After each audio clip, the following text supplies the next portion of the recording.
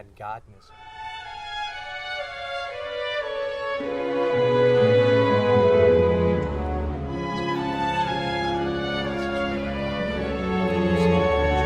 So I replied, as it turned out, I was the only principal who.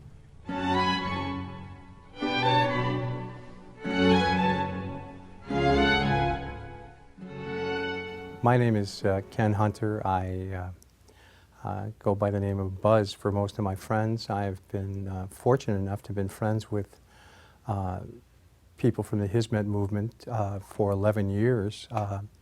I met them in September of 2003, and it's the beginning of a relationship I am proud to be a part of. The Hizmet movement is connected spiritually, psychologically, philosophically to the teachings of Mr. Fethullah Gulen.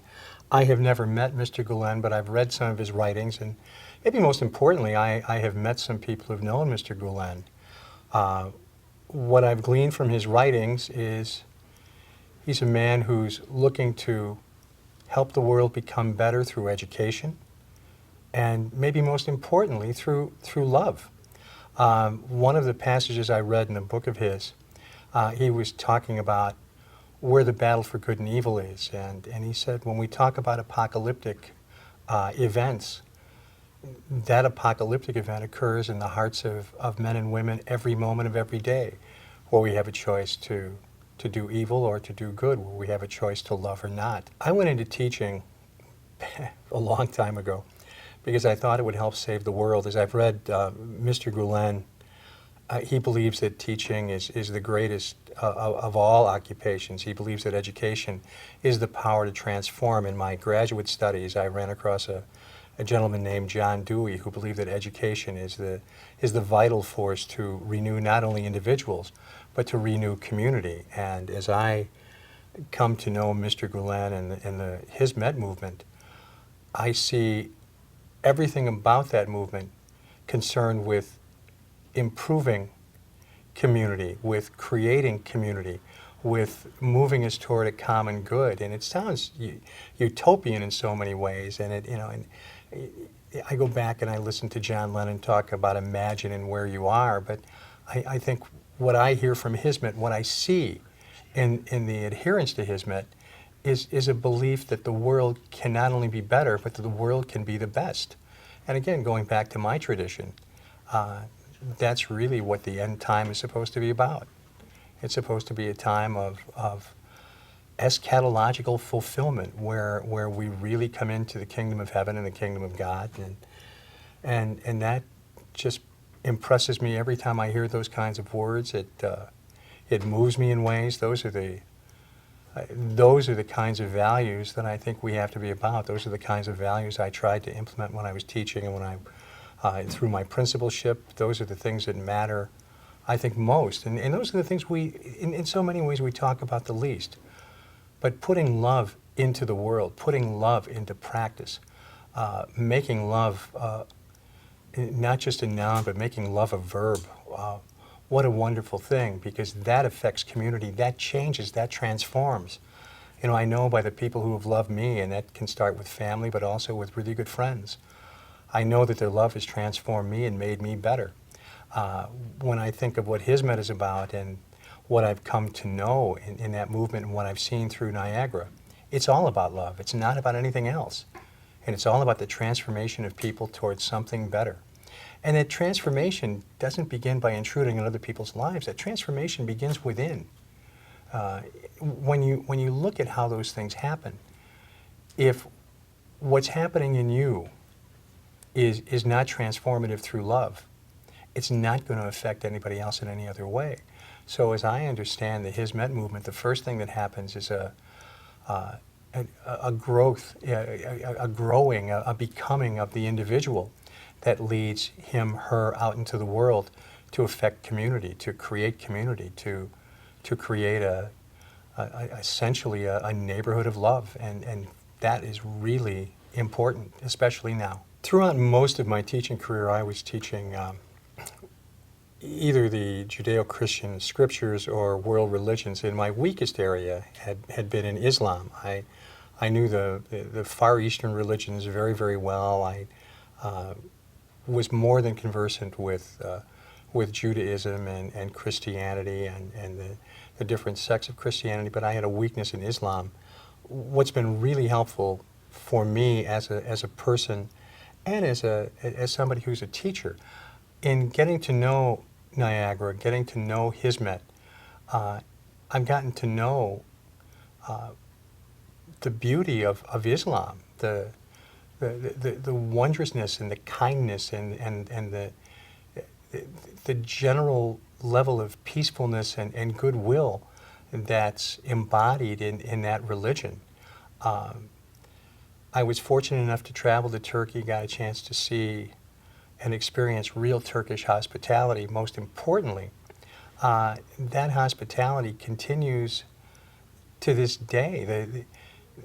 The kindness that I've met and then that I've been received with by members of Hizmet, by members of the Islamic Muslim community, is astonishing to me. It really is. It's, to go back to the words of the 60s, it's mind-blowing. And it really has expanded my understanding of what it means to be human. It's certainly taken away any of the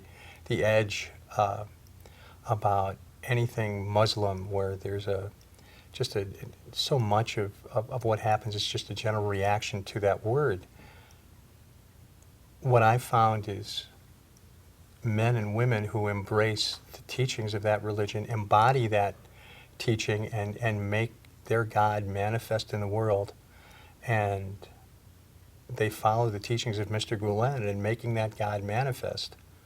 What they're really making happen in the world is love. And from what I understand from reading the different news sources and listening to the different presentations, Hizmet is being seen as problematic for the ruling class of Turkey. I guess from my point of view, I don't understand why a movement that's about love, that's about the development of people, that's tinged with kindness, and it goes back, you can even take it back to Rumi, where this particular way of conducting lives is simply about loving, why that can be a threat to any government.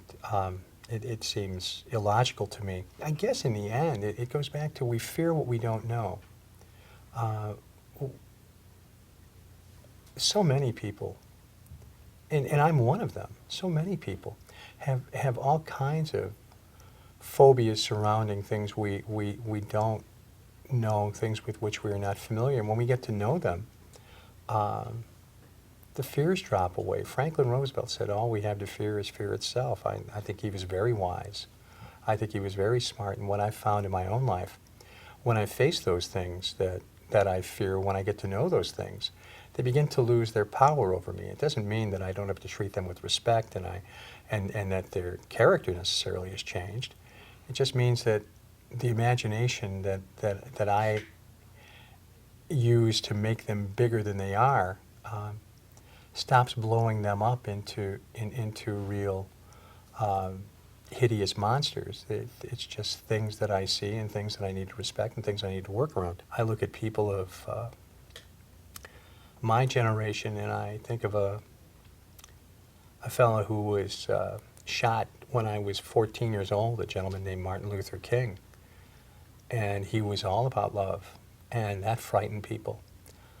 I'm not sure what it is about love, but love is all about freedom, and love is all about life and freedom. Freedom is the most important value that I've found in teaching the scriptures. It's the key. Without freedom, nothing happens. Nothing matters, but for some reason we're frightened of that. And I don't know why we are. It's what gives us the power to be truly human. It's what gives us the ability to be truly alive. It's what gives us the opportunity to be more than we ever hoped we could be. And being frightened of that, I guess I can understand that. But once we face it and once we get to know it and once we get to see it really in action, I can't think of anything that we should embrace more fervently, more ardently, and more courageously than love. So whatever's going on in Turkey, I understand, because I saw some of that go on in the United States growing up. When faced with love, we responded badly. When we were faced with the possibility of making people more free, we responded less than courageously. And what I'm hoping is we go forward, as all of us go forward, that when love presents itself, we embrace it. We face the fears that are within us and step out of ourselves and become what we could be.